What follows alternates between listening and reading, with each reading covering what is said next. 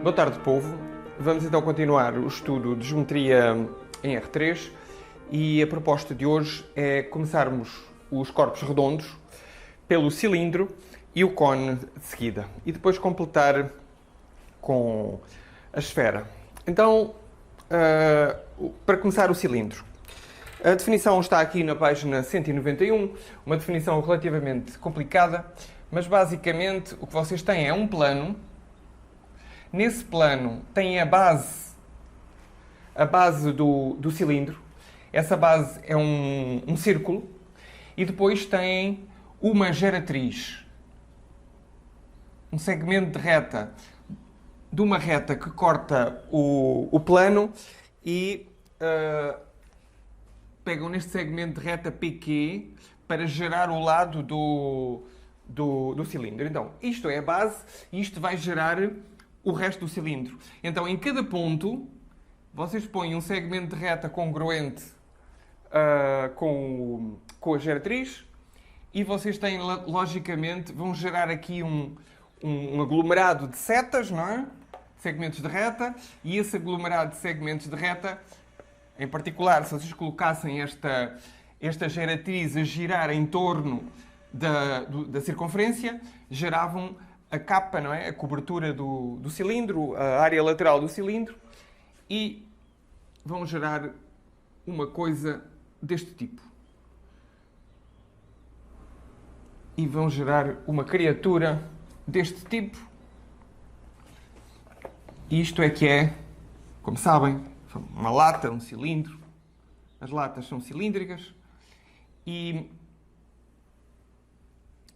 temos o nosso cilindro. O cilindro pode ser reto. Se este ângulo aqui for um ângulo de 90 graus, nós temos um cilindro reto.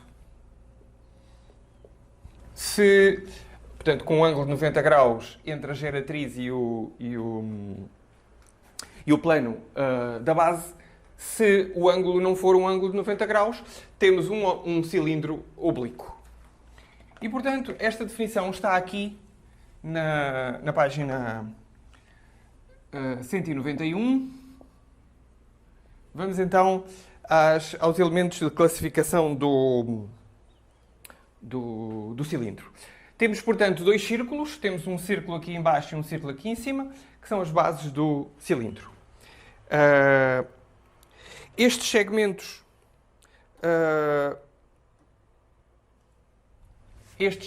aqui, este em particular está aqui um no centro, não é? Pensem num que liga os dois centros. Podem pensar num segmento de reta que liga os dois centros. Este segmento de reta é também uma geratriz. Talvez todas, na verdade, isto aqui, todos estes pontos aqui, pegam aqui, acaba ali, pega aqui, acaba ali. Tem aqui uma infinidade de geratrizes que geraram o cilindro. O'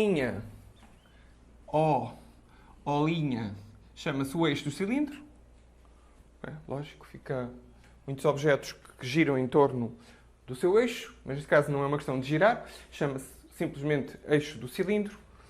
E a distância entre as bases, o tamanho aqui é natural que se chame altura, não é?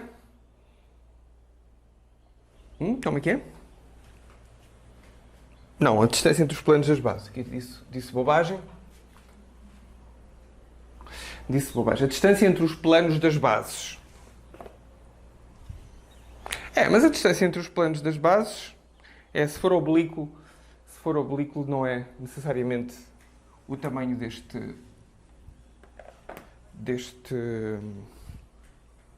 objeto. Bom, a altura então mede-se a distância entre os planos das bases e a altura aparece aqui. Fazendo um ângulo de 90 graus, fazendo um ângulo de 90 graus para o plano da base, portanto tem aqui o plano de cima, tem aqui o plano da base do cilindro e tem aqui uma distância. Esta distância chama-se h. Qual é a utilidade deste h? Logicamente, se recordam do prisma, a utilidade deste H vai ser, pelo princípio de Cavalieri, calcular o volume do cilindro. Se for um cilindro reto, a altura é igual ao tamanho da geratriz, mas se não for um cilindro reto, vão ter que depois encontrar aqui um meio qualquer, com uma trigonometria, para vocês calcularem a altura do cilindro. Perfeito. Está aqui melhor explicado, ou bem explicado na página 191, no final da página 191. Então, coisas que importam sobre o cilindro. A área total do cilindro. Portanto, a área total do cilindro são as duas bases, ou a base e parte de cima, como lhe chamei até agora, e a lateral. Ora, a lateral, se vocês pensarem, isto aqui é um círculo. A apótema, neste caso, chama-se raio, não é? A apótema do cilindro, neste caso, chama-se raio. E a partir do raio e da altura, desculpem, da geratriz, do tamanho da geratriz, ora, a geratriz faz, no caso do cilindro circular reto, a geratriz é igual à altura. O tamanho da geratriz é o tamanho da altura.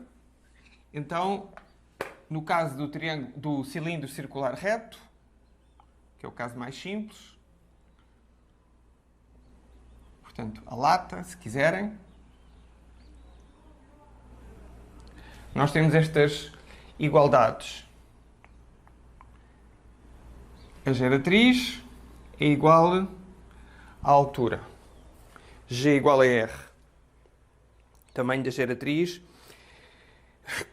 é igual ao tamanho da altura. E, portanto, para calcular a área deste objeto, temos uma base aqui em baixo, que é πr ao quadrado. Temos outra em cima, mais πr ao quadrado. Portanto, 2πr ao quadrado vai ser a área das duas bases. Quanto à folha, não é? A folha que cobre. Podem cortar aqui, cortam e desdobram.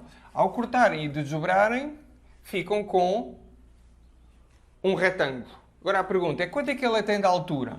Logicamente que tem de altura H.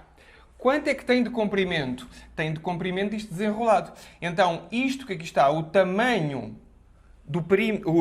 da circunferência que define a base por fora, isto é 2πr.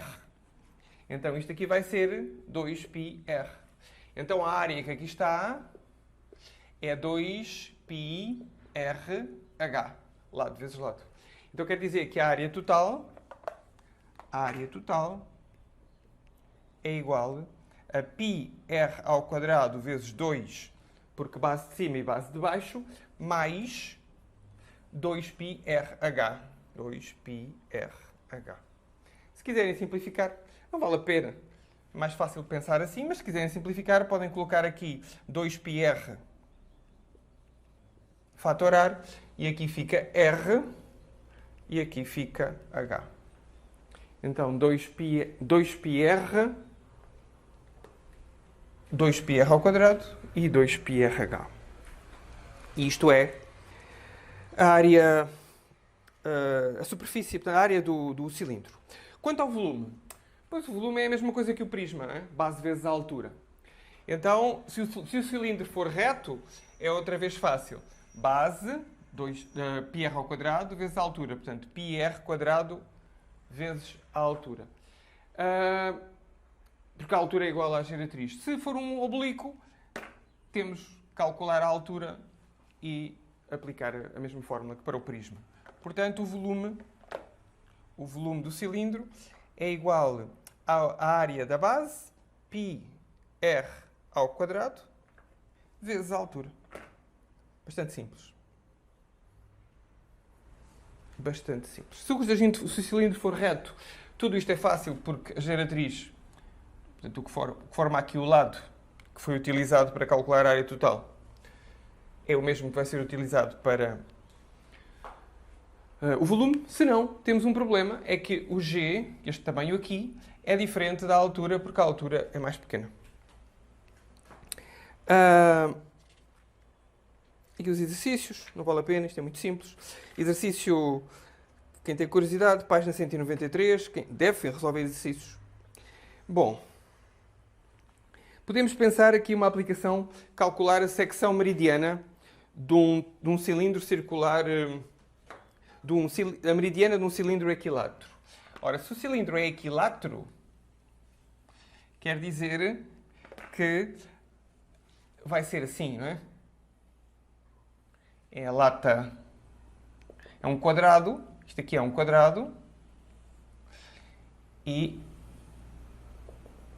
isto é um cilindro equilátero. Ou seja, quer dizer o quê?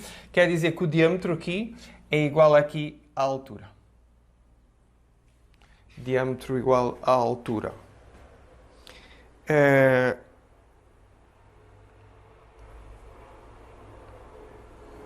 Cilindro equilátero. Está aqui a definição. Cilindro equilátero é um cilindro cuja secção meridiana é um quadrado. Secção meridiana, portanto, o corte a meio dá um quadrado. Automaticamente, o que é que podemos concluir? Podemos concluir que o H é igual a R mais R. Portanto, ao diâmetro que é 2R. Quer dizer, H é igual a 2R. E o que é que há para fazer aqui? Nada. É observar só a condição. Portanto, um cilindro será equilátero se a secção meridiana for um quadrado, e para a secção meridiana ser um quadrado, temos que ter que a altura é igual a 2 raios, ou seja, o diâmetro. Acho que é isso. Acho que é isso. Uma observação que está aqui na página 194.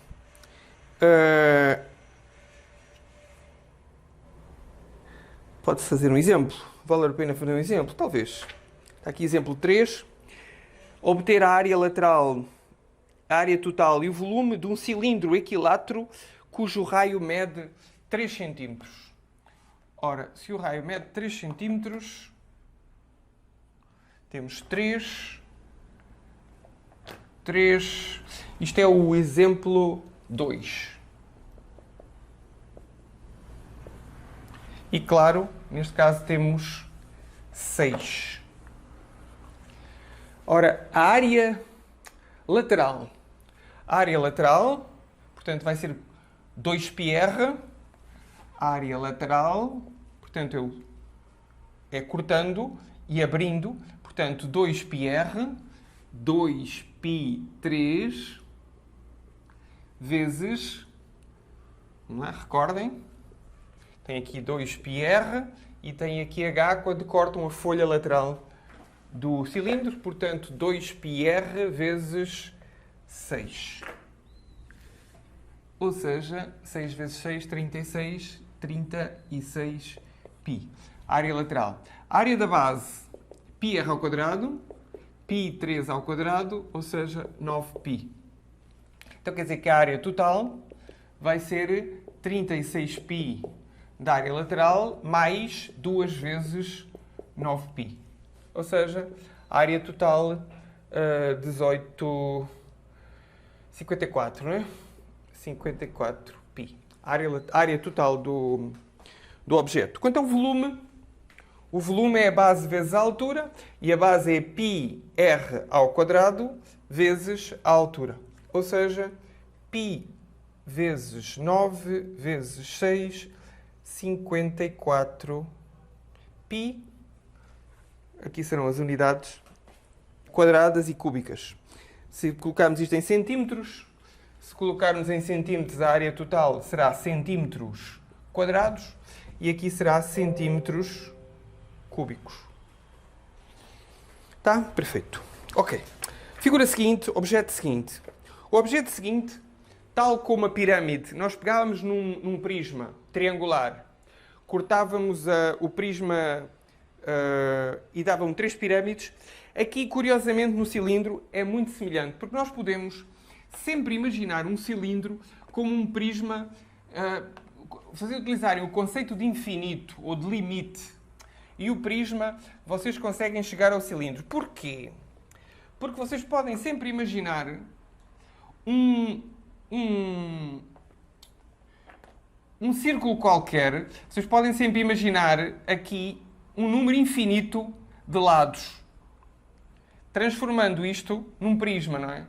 Pensem que se vocês levarem o número de lados para infinito, nós conseguimos alargar, alargar, alargar e fazer coincidir um prisma com um número infinito, um prisma com um número infinito de lados, com o cilindro.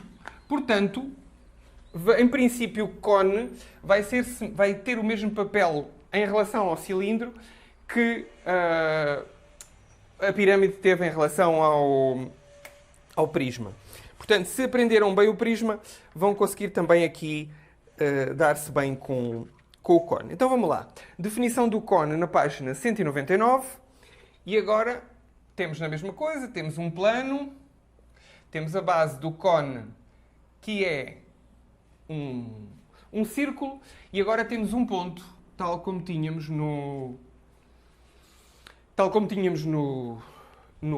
na pirâmide. Esse ponto chama-se vértice. E agora ligamos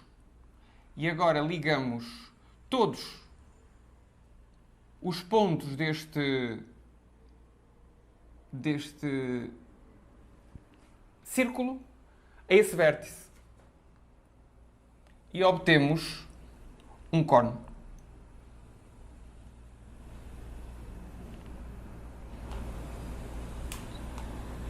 E obtemos um cone.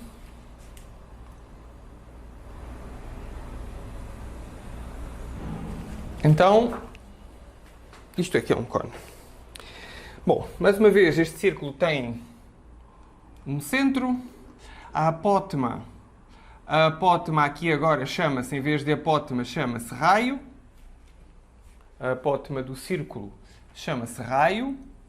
E este, novamente, vamos chamar G. Novamente chamaremos G a geratriz do cone. Só que agora elas variam, não é? Estes Gs variam, mas a ideia é estes segmentos geraram o amigo cone. Então, claro, outra vez, outro elemento de classificação aqui, se o cone for oblíquo, novamente teremos uma altura. Se o cone for reto, a altura coincide com o eixo do cone. Fica aqui no meio. Então, elementos de classificação. O vértice.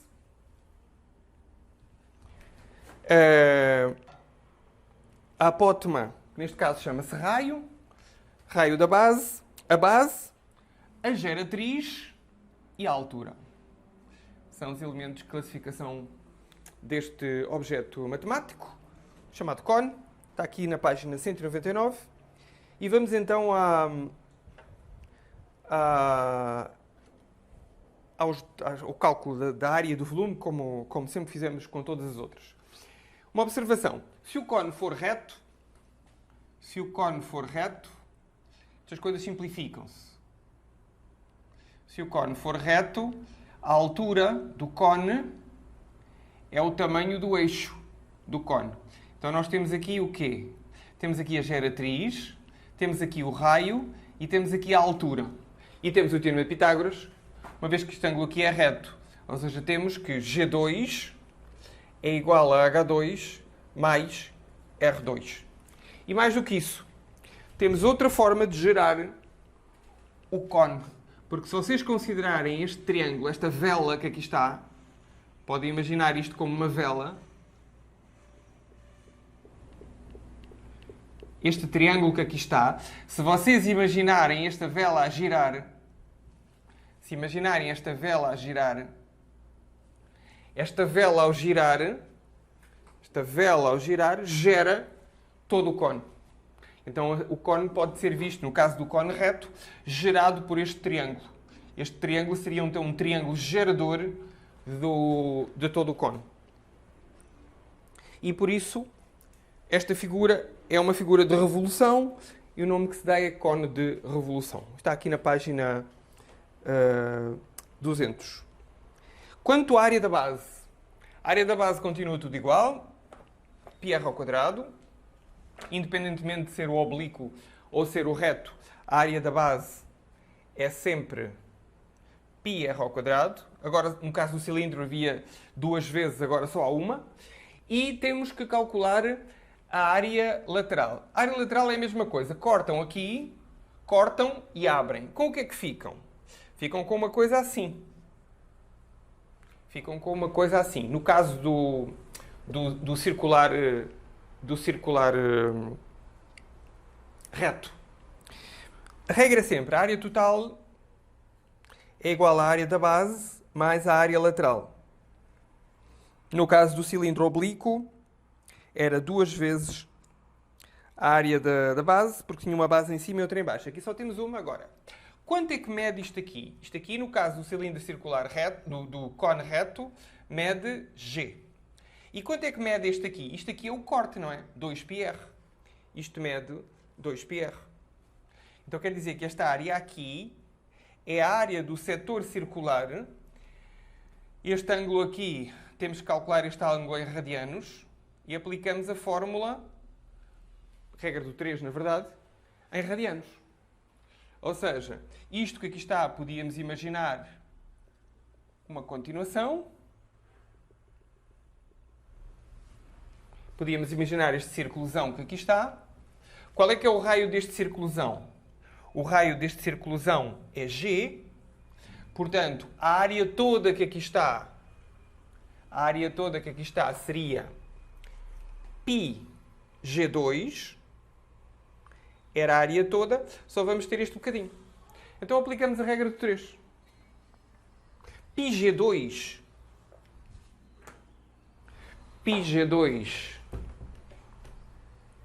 é isto tudo. E aqui temos, portanto, πg2 portanto, vejam, qual é o tamanho desta linha aqui? O tamanho desta linha aqui é 2πg, não é? 2π vezes o raio. Atenção que o raio aqui é G. O raio é G. Então 2πg seria isto tudo. Mas só temos este pedaço aqui. Então a regra do 3 é 2πg está para a área toda, que é πg2. Assim como, portanto, 2πg seria este perímetro todo, assim como este bocadinho aqui, 2πr está para a área lateral. Portanto, reparem, nunca esqueçam que isto cortámos aqui e isto que aqui está é a área lateral do cone. Portanto, a área lateral do cone é uma parte da área deste círculozão todo. Então, esta é a regra do 3, aplica-se este vezes este vezes este. Os π's cortam. Este π corta com este π. Este 2 corta com este 2. Este multiplica por este e este multiplica este. Portanto, GAL, simplificando aqui, isto seria GAL igual a πRG2. πRG2, exatamente. Este G também cortava com este G quadrado. πRG2. O quadrado corta com o G e temos a área lateral. Então a área lateral é πRG. A área lateral é igual a πRG.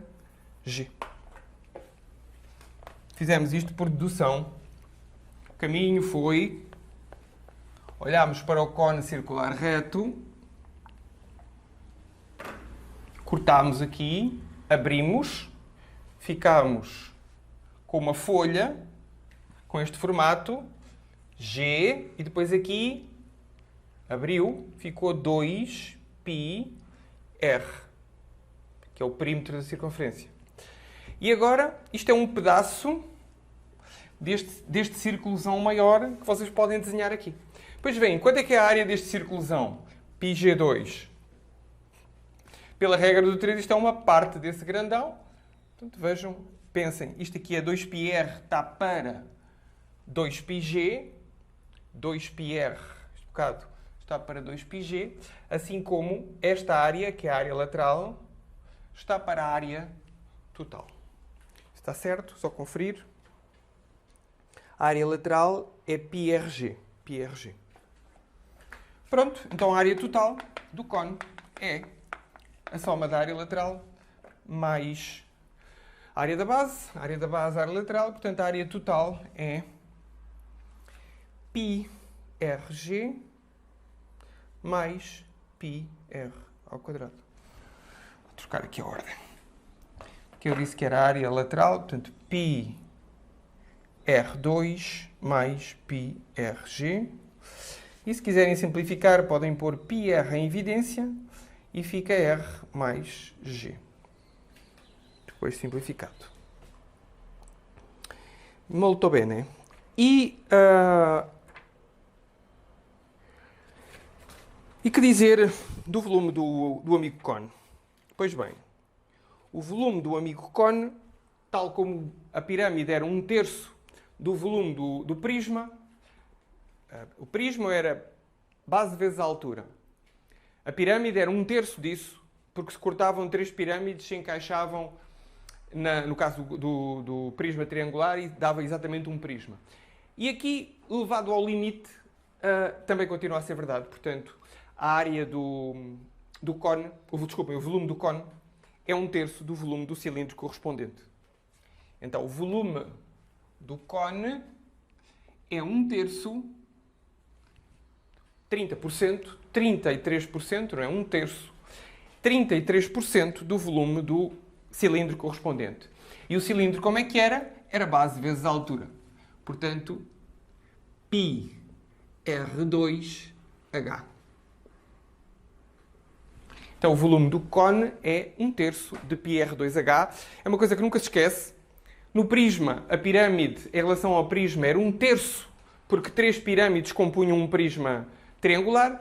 Aqui não é possível, evidentemente, fazer esse tipo de construção por causa da forma arredondada que não encaixa, mas não havia nenhuma razão para que vocês não pudessem passar por limite do prisma de lados infinitos, não é? Este prisma de lados infinitos coincide com o cone, portanto, se a regra vale para o prisma, vai valer também para o cone. E é este o material que vocês precisam para uma primeira abordagem do problema. Um complemento que é a secção meridiana do cone equilátero reto, logicamente, também é de dedução relativamente fácil, e fechar com um monte de exercícios que tem aqui, desde o exercício 25 até o exercício 46, com o chapéu dos mágicos, que é um cone, a tenda do circo, que é a parte de cima é um cone e a parte de baixo é um cilindro, os foguetes, imensos objetos, as ampulhetas, alguns picolés, montes de objetos que vos circulam e que nos circulam, são na verdade cones. E é difícil de entender como é que alguém sai do ensino médio sem saber esta coisa tão simples como o volume de um cone é 1/3 da área do volume do cilindro correspondente. É tudo tão fácil, tão intuitivo, tão simples de fazer. É sempre triste ver que tanta gente termina os ensinos médios sem conseguir, sem estar feliz a olhar para isto. Olha, eu sei calcular o volume do cone. Tantos objetos da vida cotidiana são cones e as pessoas não sabem. Coisas tão simples, de elementos analíticos tão simples de um objeto tão interessante. Em quase sempre os cones que aparecem são cones circulares, são retos. Porquê? Porque não é muito normal fazer uma coisa destas, não é? Porque cai, o vento vem e faz a coisa cair. Cones oblíquos são relativamente mais raros. Mas, por exemplo, alguns chapéus das bruxas e tal não são cones retos, não é? Cara, pode imaginar aqui um cone oblíquo. Nesse caso, tal como no cilindro, é preciso perceber que a geratriz e a altura não são a mesma coisa, não têm o mesmo tamanho e, portanto, temos que encontrar uma fórmula para determinar a altura, porque a altura é que vai ser utilizada pelo princípio de Cavalieri no cálculo do volume. Então, a secção meridiana do cone equilátero. Então, se o cone é equilátero, quer dizer que a base, que são 2 raios, é igual... Então, se é equilátero, os lados são todos iguais, não é? E, portanto, aqui temos o G, e o G também vai ser igual a 2R. Quanto é que vale a altura?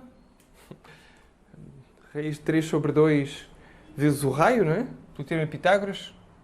Acho que sim. Tenho certeza, mas não tenho a certeza. Não tenho a certeza, mas eu acho que a altura é o teorema de Pitágoras, não é? Porque são R aqui, R, 2R, aliás. Não é? Tem que ter teorema de Pitágoras mesmo. R aqui, isto aqui é H, isto aqui é 2R. Então eu tenho que aplicar o teorema de Pitágoras para calcular a altura.